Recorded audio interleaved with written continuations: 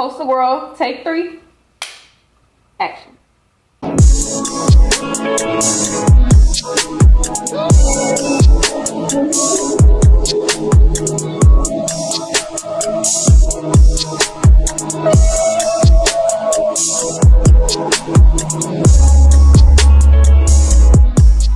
right, y'all, welcome back to another episode of the POSER Gworl. You know, we're on season 3, so make sure you're always tuned in to every episode we post.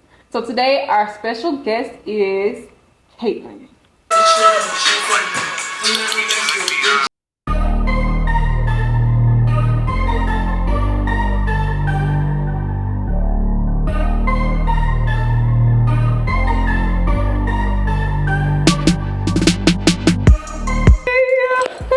I'm so excited to have her here. We've been having great conversation before we even started rolling, so y'all are gonna so enjoy this conversation here.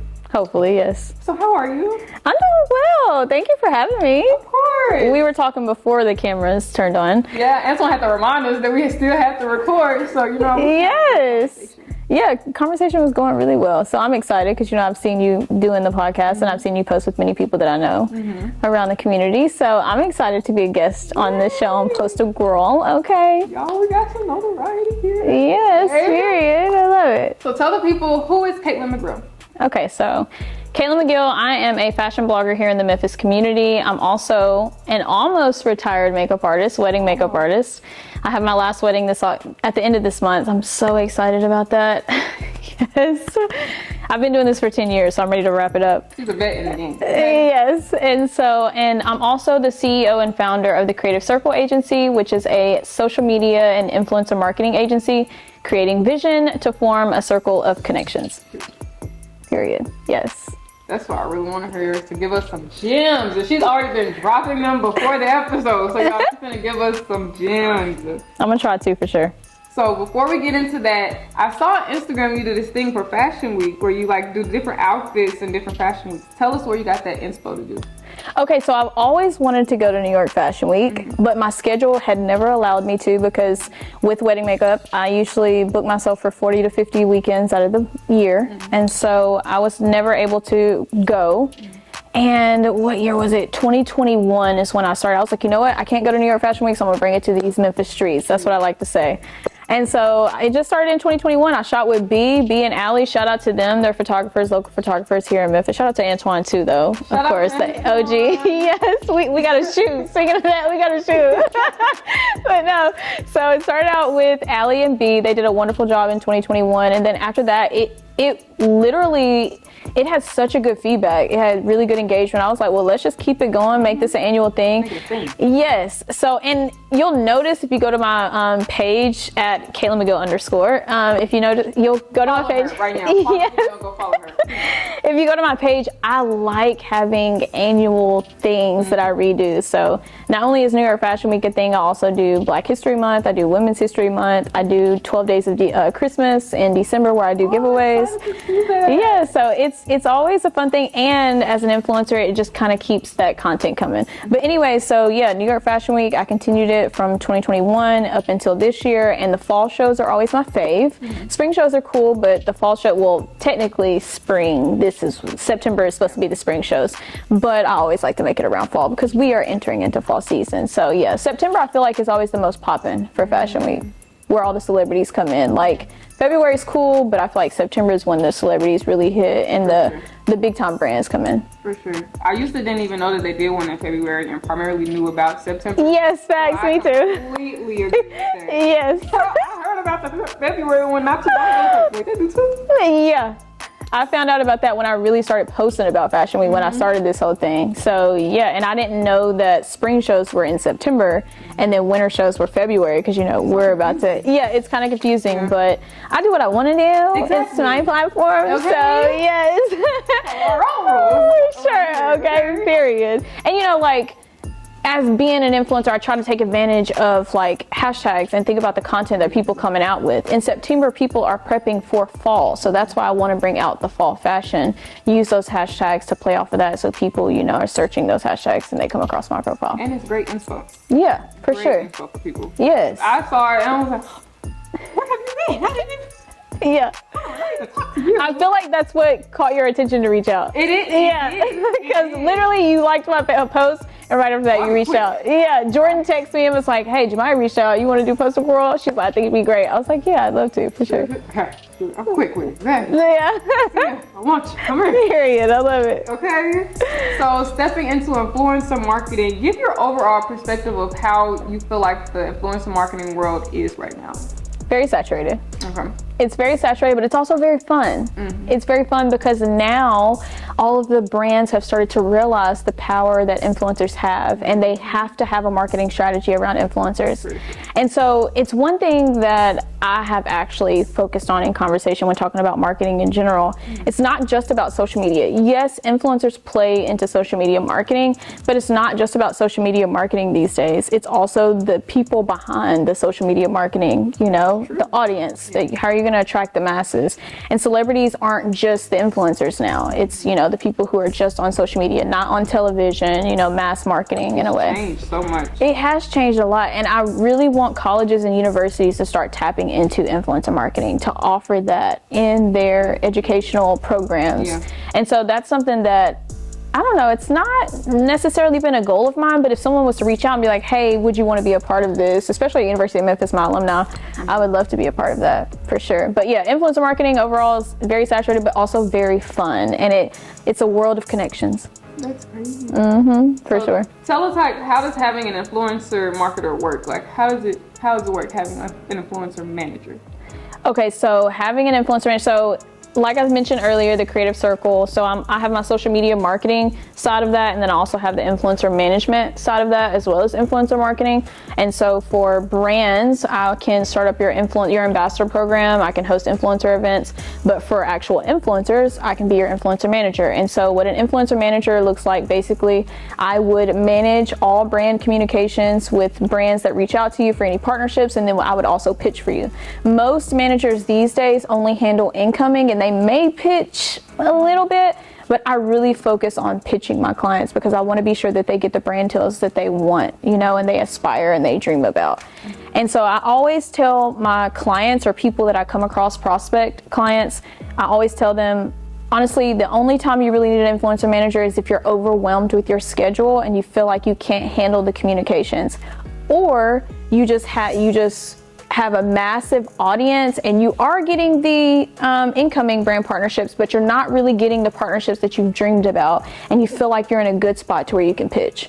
Those are the ones that I recommend to get an influencer manager. The people that have blew up off of viral content, and I'm saying like off of one or two, and you're new into this game. Now it's cool, like you would be an outlier because you consistently create content and that content consistently goes viral. But I'm talking about, and you've been in the game for a minute, I'm talking about the people who just got into the game and they just posted a video or two and they just went viral and they got 100,000 followers out of nowhere.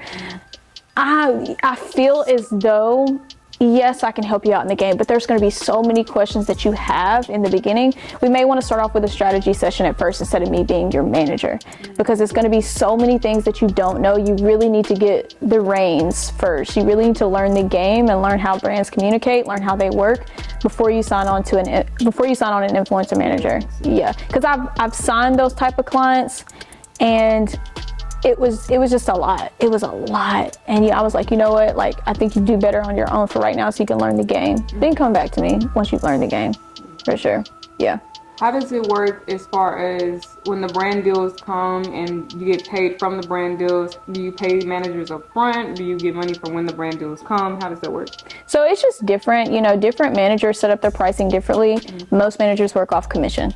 And so typically you have to get the brand deal first. Once the brand deal is solidified or confirmed, once the brand cuts their check, that's when you get paid. So if the brand ain't cutting their check, you ain't getting paid. That's the commission side. But as far as my side, like, I do the commission, I do, you know, handle the incoming, but I also pitch, like I said earlier.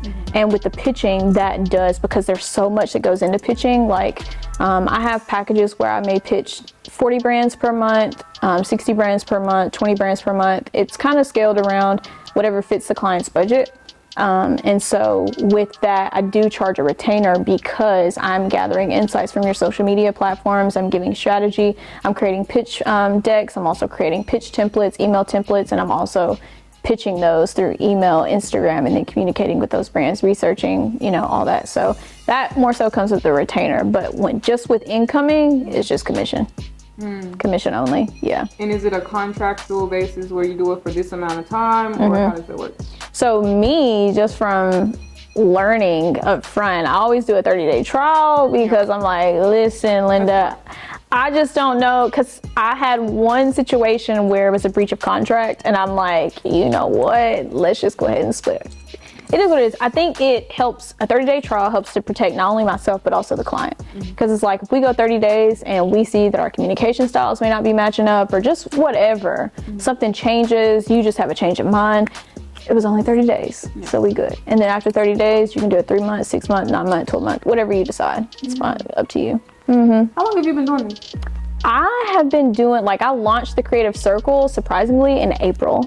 However, before well, I had done this in corporate world. So I worked in corporate for Ashley Home Store, doing social media and influencer marketing. I also worked for St. Jude for 5 years. So I worked for Ashley for a year, St. Jude for 5 years, and then I was an influencer and worked with Memphis Fashion Week as an intern, Stop Blueprint Memphis Magazine, photographers around the city when I was in college for 3 years. So in total, I've been doing this for a decade, and I'm also an influencer myself. And so you've been doing this for a long time. I've been doing it for a long time. Long time. And I was like, I quit my job at St. Jude last year because I just wanted to do my own thing. And I started off with the social media thing, but I'm also an influencer. Brands were paying me. Threads had launched. Threads is such a beautiful thing. If you're not on Threads, it's like, I want to talk about that too. It's kind of like Twitter, but it's not. It's a conversation starter. It's where people don't gatekeep. They're sharing gems, they're sharing information. At least my algorithm is set up like that. Like a LinkedIn from Instagram, kind of? Kind of, in a way, yeah. But it's not I feel like on LinkedIn people just talk about their jobs, really. But this is more so to give insights and information and educational points into the industries that you are in. So obviously my algorithm is around influencers because I work heavy in influencers, influencer marketing. But Threads is such a beautiful thing. So Threads is what made me even want to get into the influencer marketing, because social media marketing, I had that under the bag. That's what I did for Ashley. That's what I did for St. Jude. I dabbled into influencer marketing while I was there, but I never did it full time. I was an influencer on the side. I would help, organizations within the company or whatever. But when Threads came out, I was talking about how much I was pitching to brands for myself and getting brand partnerships, getting paid. And people was just like, oh my gosh, could you help me? And I was like, well, I guess I could do this management thing, So that's when I decided to launch the Creative Circle, which was, because when I quit my job last year, I didn't really have an official name for the social media part. I was like, it'll come to me eventually. And then, I decided to do the Creative Circle. I was just like, yeah, I like the Creative Circle. It's just everybody can be a part of the circle, Yeah, I don't know. It's official. I like it. And so, I decided to launch it in April, and here we are today. I've worked with a lot of influencer clients, but right now on my roster, I have 3 influencer clients, and then I also have 3 social media clients. So not too much, but not too little. I'm okay right now, but obviously, I just met with 4 influencers last week. We're in the process of signing contracts, so I may be on 7. It's just up and down constantly with any business. That makes sense. It's always a give or take, up or down, kind of. Being an entrepreneur is very very up and down. It would stress you out for real. Yes, it will. A lot of people don't realize that. A lot of people think oh, it's easy, or we could just drop and go. When it's less what I'm seriously going behind this for real. No, facts, and a lot of people think, a lot of people, that's the goal. It's okay, I want to be, thank you. I want to be an entrepreneur. And don't get me wrong, I've been an entrepreneur since 2015 when I was starting my makeup business, and I've been a blogger. However, going full time with it, I will say I did quit my job. I was financially stable. I'm not saying this for y'all to just go quit your jobs. Gen Zers, I'm talking to you. Okay? Yeah, okay. But I'm just saying, I was financially stable. I was able to save. I was able to invest before I actually quit my job. So I was comfortable enough to quit my job. However, I did have a game plan. I knew I was going to launch the social media part of my company. I knew I was going to continue doing the blogging thing. But I don't know, since I quit, it's been like we said, up and down. You just never know. But the beauty of it is you're on your own time. That is the most wonderful thing about having your own business. You are on your own time. Mm-hmm. But other than that, you work more, you have more customers, you have to make so many more people happy, you know, because it's your brand, your reputation on the line. That's very, very true. Yeah, so like you said, it can be stressful, but stress is a choice, so I try not to stress myself out. I just be like, okay, Lord. Yes. I'm glad you said that. I didn't hear that. Stress is a choice, so I've realized that in the last 2 years of my life. So I'm just like, yeah, I'm not stressed about it. Sometimes I can be overwhelmed, but you know, we keep it pushing. We keep it pushing. Keep it pushing. Keep a smile and just keep on going. Thanks, okay? Man. So is there a max amount of clients that you would take a month? I know it's like up and down, but is there a max that you would like cap it off at? So back in April, oh gosh, I had 6 influencer clients and 2 social media clients. And That's a lot. it was so much, like so much. That's when I first launched. And you know, some people had rolled off, thank God. I mean, not like it was a bad thing, but I was just overwhelmed. Yeah. So I had 2 interns helping me at the time, one on the influencer management side, one on the social media marketing side. And so the influencer marketing intern, it was just for the summer. And so once she rolled off, some of my other clients rolled off, so it's been nice. But the 4 influencer clients that I just met with this past week, I'm like, if I sign them, that's going to be extra work. So I may have to look for another intern. So we'll see. That's really good information. That's crazy. Yeah. So how do you feel like one can find, if people are out there looking for a manager or an influencer manager, marketer, anything of that sort, how do you think people can find their perfect match as far as having a manager? That's a good question. Asking the right questions. Obviously, Threads is a good place to find an influencer manager because you can literally post on there, hey, looking for an influencer manager, and you'll have so many people comment and be like, and tagging folks. And you can just check them out and have a conversation with them, meet with them online, whatever, and ask the right questions. The questions that I would ask is, obviously, what's the commission that you would take? How much pitching do you actually do, or do you only handle incoming? And then also, what industries are your strengths? So fashion, beauty would be, you know, those are the niches that you fall within and that you create content around.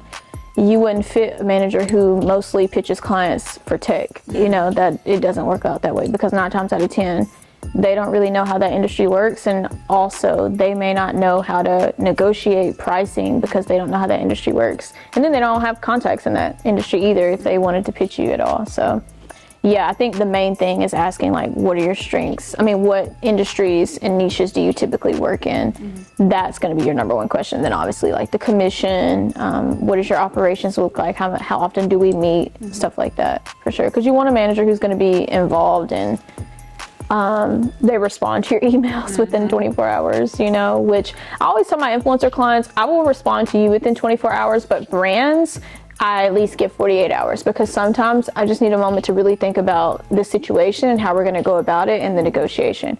Because it's like, they respond to me, I have to pass this off to you, get your take on it, and then once I get your take on it, you know, you may not have an answer on what you really want to do. You may pass it off to me. So now I have to think about it and come at it the right way, then come back to you with a proposal. And then once you're good with it, I got to communicate. So it's like, give me at least 48 hours to respond to the brand. It's a lot of yes. And so influencers who are new to the game, they may not understand that. And they're just like, oh, well, we should be responded within a couple hours. Baby, that's not how this works. You work in a corporate office, people don't even respond within a couple hours, you know, so. Yeah, it's not how this works. And so, yeah, that's what I would say. Yeah, just make sure you're asking the right questions. Okay. You said something about, like, making sure your manager fits the niche that you want. So is there a certain type of client that you look for when reaching out to clients, or just like when people come to you, a certain time that you? That's a good question, because as I build the creative circle, I would like to sign people to work for me. As it builds and as it grows, I would like to sign people to work for me who work in different industries and niches. However, right now I prefer clients who work in the home, family, motherhood, fashion, or beauty. Anything outside of that, I'm not really your go-to. Food, we could do food. I'm okay with food. Do I have a lot of contacts in the food industry? No. However, I do know how to negotiate those just based off of working with different clients in the food industry. But like tech, actually no, I changed my mind on that because I've worked with different companies like Sony and Google Pixel. I've worked with companies like that, so I'll be fine with tech, but the ones that I just named, those are my sweet spot. Those are the ones that I find myself getting partnerships, not only for myself, but all my influencer clients too. So, and I have a lot of contacts in those industries. So those are my strong suits, I'd say. With having a brand deal or the process of getting that brand deal and making it follow through, what does the timeline would usually look like as far as the brand reaches out, you create the content, push it out, and then you get paid from the content? That differs on the brand, honestly. I've seen brands from the time they reach out to the time you turn around content to the time you get paid, it could take 2 to 3 months. Yeah, and sometimes it's as quick as 2 weeks. It just depends on the brand, how big the brand is, how responsive they are, because like a huge Fortune 500 company, I ain't gonna lie to you, sometimes it could take 3 to 6 months for you to finally get payment. And you would think because they're so like established, they'll just be quick to push it out. It's just because they have a lot of people they have to pay.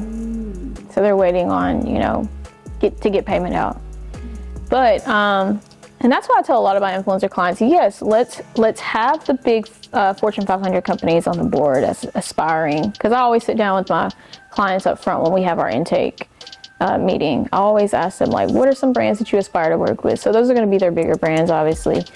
But I also want them to think about like, okay, well, what are some of your mid-tier brands that don't have as many, that you wouldn't consider? I'm not going to say have as many followers because shoot, Clorox only, you'd be surprised Clorox doesn't have, I think they have under 10,000 followers. But they're huge. No, not Clorox, Mr. Clean. Mr. But Clean. everybody and their mama uses it. Okay, so it's like, but they have under 10,000 followers on Instagram. So the followers may not define, how big a company is. But if it's a Fortune 500 company, like, think about those. Also think about the brands who are a little bit smaller than the Fortune 500, and then think about the more local brands. Like, you want to kind of mix it up because you never know who has the money. Because people like, for instance, I just solidified a brand partnership for a client, and they are in the health space, but they're particularly for moms.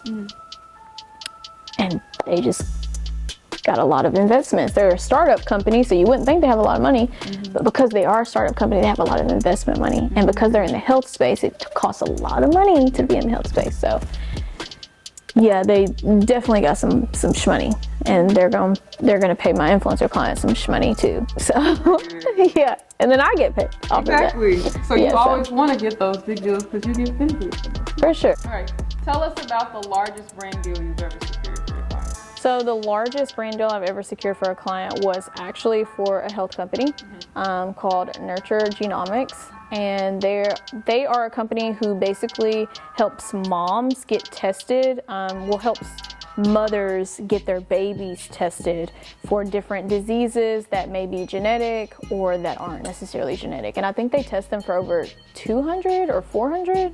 I think it's something like that. But they are in the health field, and so they got some shmoney.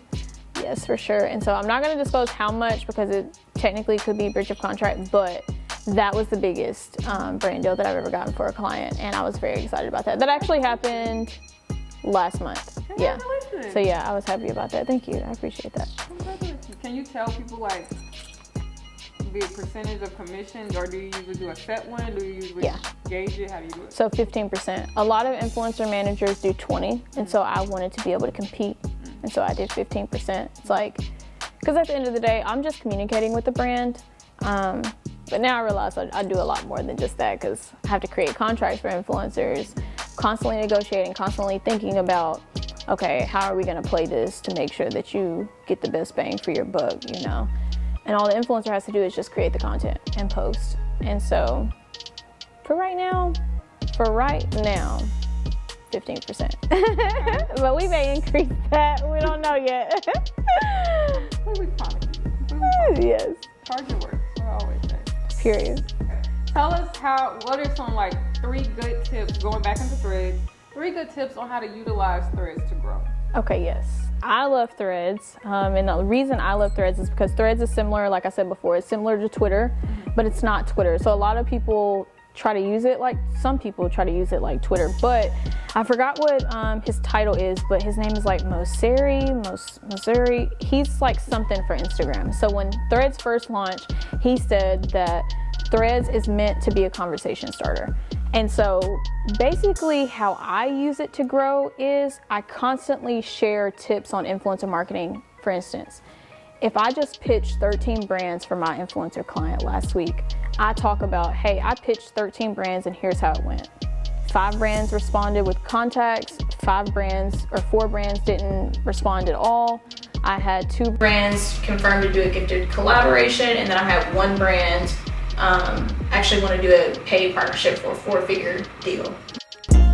All right, thank y'all so much for watching. We lost our final clip, so if you want to catch this full episode, you can follow us on Apple Podcasts, Spotify, Amazon, and any other streaming platforms. The full episode is uploaded there.